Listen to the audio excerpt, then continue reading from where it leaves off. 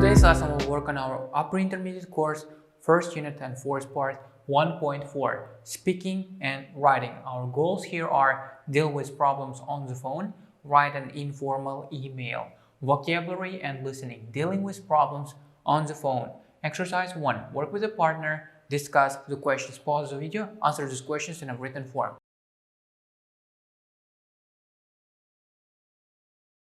And now, if you have finished, let's look at the possible answers. On average, how many phone calls do you make in a day? Well, on average, I just make 3-4 phone calls. Mostly, I just talk to my family members, mom, dad, and sister. 2, do you generally prefer phoning, Skyping, or another form of communication, and why? Well, I just prefer Telegram, instant messaging. It's because, well, when someone is phoning you or when you're calling someone, you're just interrupting them, definitely. And if you're just sending a message and they just watch or they just read it and answer, reply whenever they have time, it's just more convenient for everyone.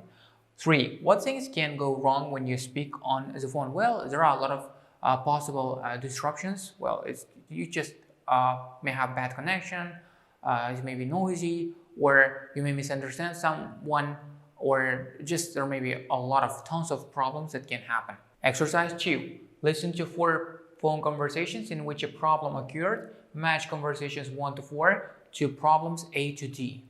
Audio 1.5. Conversation 1. Hello. Am I speaking to Mrs. Helen Carter? Yes, speaking. How are you today, Mrs. Carter? Fine. Who am I speaking to? I'm calling from the Northern Energy Company, and I would like to inform you of a superb electricity deal that we are offering. No. Can you just stop there, please? I'm not interested. You're not interested in saving money on your energy bills, Mrs. Carter? No. I'm not interested in buying anything from you. I don't take sales calls. So would you remove my details from your database, please? Thank you. Goodbye. Conversation 2. Well, Joe, it's been great talking to you. Thanks a lot for calling. My pleasure. It's been good to hear all your news. Yeah, no, absolutely. But listen, I'd better get off the phone. I'm still at the office and I've got a ton of work to do. Yes, I'll let you get on. OK.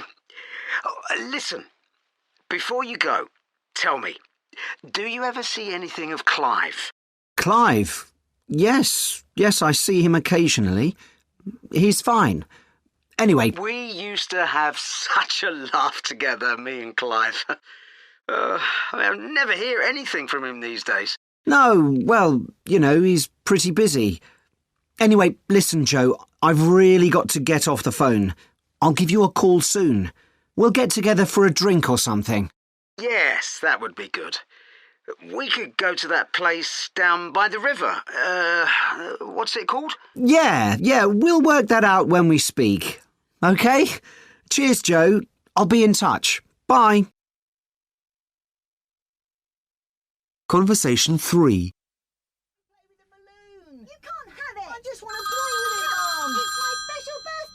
Hello, is that Sarah Fox? Yes, it is. Oh, hello, this is Steve from the garage. Just calling to let you know that we've had a look at the car and we estimate that it's going to cost £550 to repair the engine. So if you'd like us to go ahead with it, could you... Sorry, Steve. Just bear with me a moment. Rosie, let Thomas play with the balloon, please. It's my special birthday balloon. I just What? want to play with it for a little Yes, while. I know it's your special birthday balloon, but I told you you've got to share. Oh, Sorry about that. stop it. Yes, $5.50 did you say? Well, yes, that's more than I'd hoped, but if it needs to be done, then, Give it to me, Oh, Rosie. sorry. Quick, Oi! Children, stop that! go away. Steve, look, I'm going to have to go and deal with this. I'm afraid you've caught me at a bad time. I'll call you back in a few minutes. That's no problem at all. I'll wait to hear from you. Please. Tell her, Mum. Conversation 4. Hi, Rafa. Thanks for getting back to me. Yes. I was just calling to talk through the agenda for the management training day next Tuesday. Yes. That's right. Yes. Yes. Yes. Sorry? Sorry, it's just that I can't hear you very well. I'm working from home today and the coverage isn't too good here. Yes. Sorry, Rafa, you're breaking up again. Could you just say that again? Yes. Yes, I'll contact the managers about that. Yes.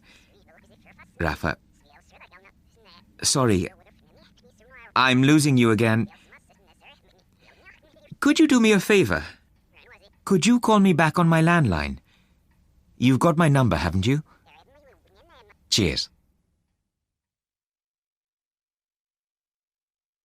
And now, if you have finished, let's look at the answers together. 1, it's C, an unwanted sales call. 2 is D, it's a friend who wants to talk for too long. 3 is B, one of the speakers is distracted. And 4 is A, an unclear phone line. Exercise 3, listen and complete the sentences in the language for speaking box. Audio 1.6. 1, I don't take sales calls. 2, Would you remove my name from your database? 3. It's been great talking to you. 4. I'd better get off the phone. 5. I'll let you get on. 6. I've got a ton of work to do. 7.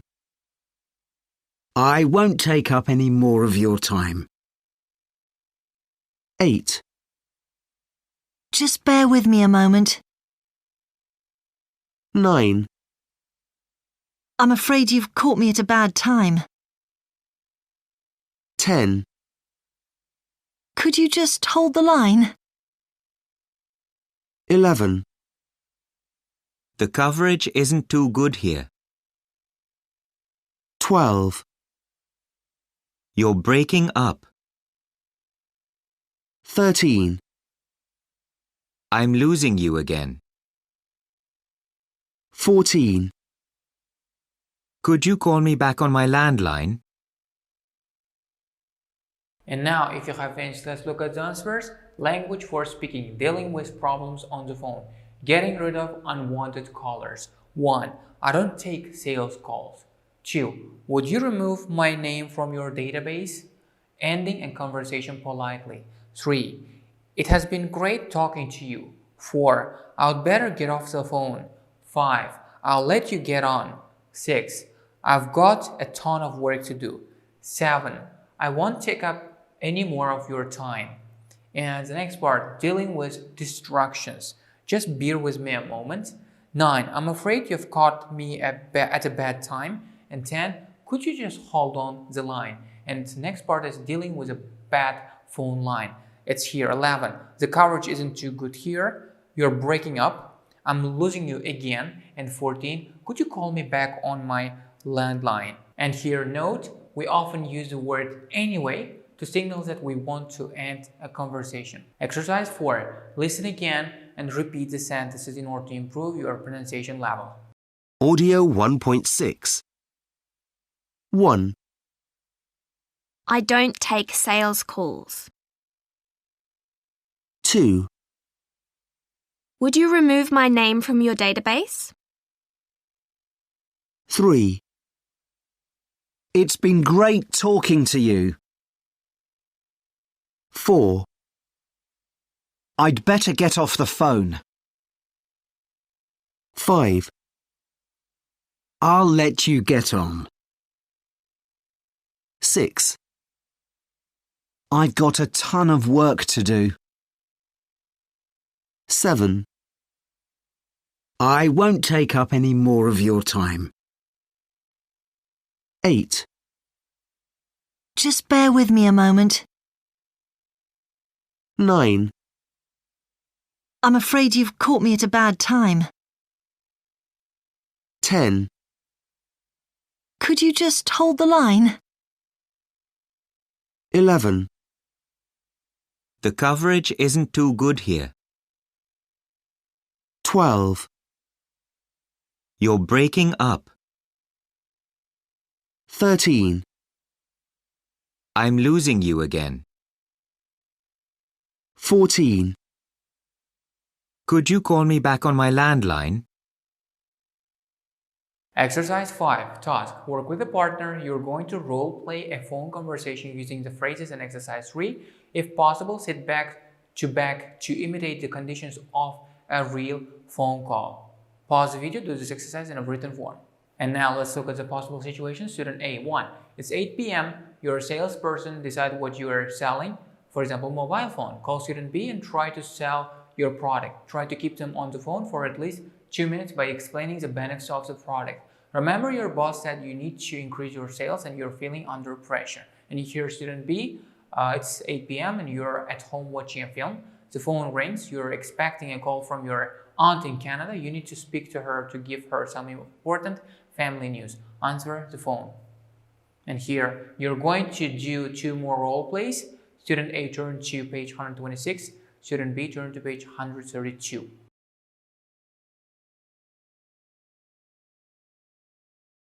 Writing an informal email giving news. Exercise 6. Read the email and answer the questions.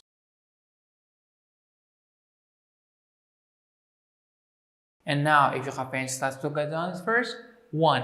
Are Naomi and Sophia old friends, recent friends, or work colleagues? Well, they are old friends.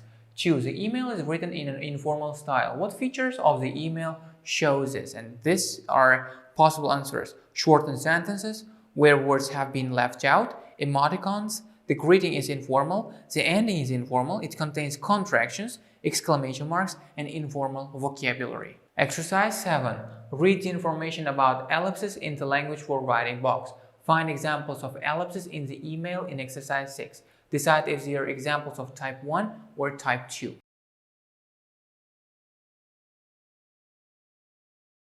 Language for writing. Ellipses, leaving out words for informal writing. In informal writing and speaking, we often leave out words at the beginning of a sentence. This is known as ellipses. Common types of ellipses include 1. Leaving out a pronoun. It sounds amazing or sounds amazing. And 2 is leaving out a pronoun and auxiliary verb. It's great to hear from you or great to hear from you. And now, if you have pens, let's look at the answers. Well, 1. It seems like ages since we have been in touch. It's type 1. Hope all well with you. It's type 1. I'm still teaching art and design. It's part type 2. It should be fun. Type 1. They're mainly just small ones. Type 2. Can't wait. Type 1. Still living in the same flat. Type 2. Speak soon. Type 2. Exercise 8. Make these sentences more informal by leaving out words at the beginning. Pause video, do this exercise in a written form.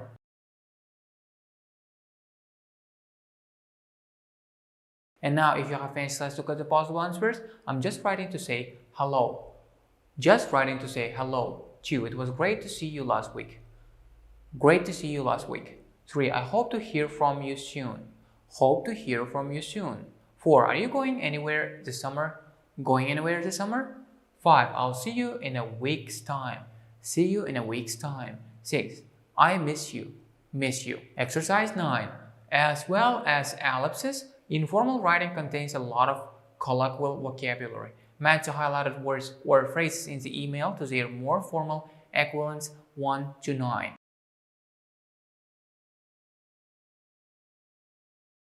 And now, if you have finished, let's look at the answers. 1. A lot of, many, it's loads of. 2. In context, it's in touch. 3. Extremely happy, it's over the moon. 4. A long time, it's ages. 5. We're going away, it's we're off. 6. Exchange news, it's catch up. 7. Very, pretty. 8. Lots of free time, plenty of time on my hands. 9. What have you been doing? What have you been up to? Exercise 10. Task: write an email to a friend or family member that you haven't seen for a year. Use phrases from the email in exercise 6.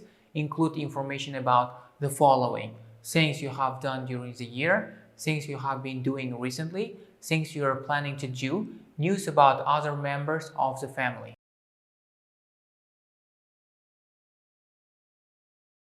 Exercise 11A. Exchange emails with a partner. Has your partner used 1. Fixed informal phrases for opening and closing the email, a chatty, informal style, correct grammar, vocabulary, and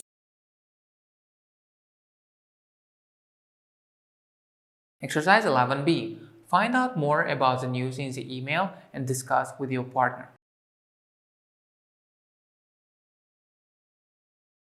That's the end of our today's lesson. See you in the next lessons.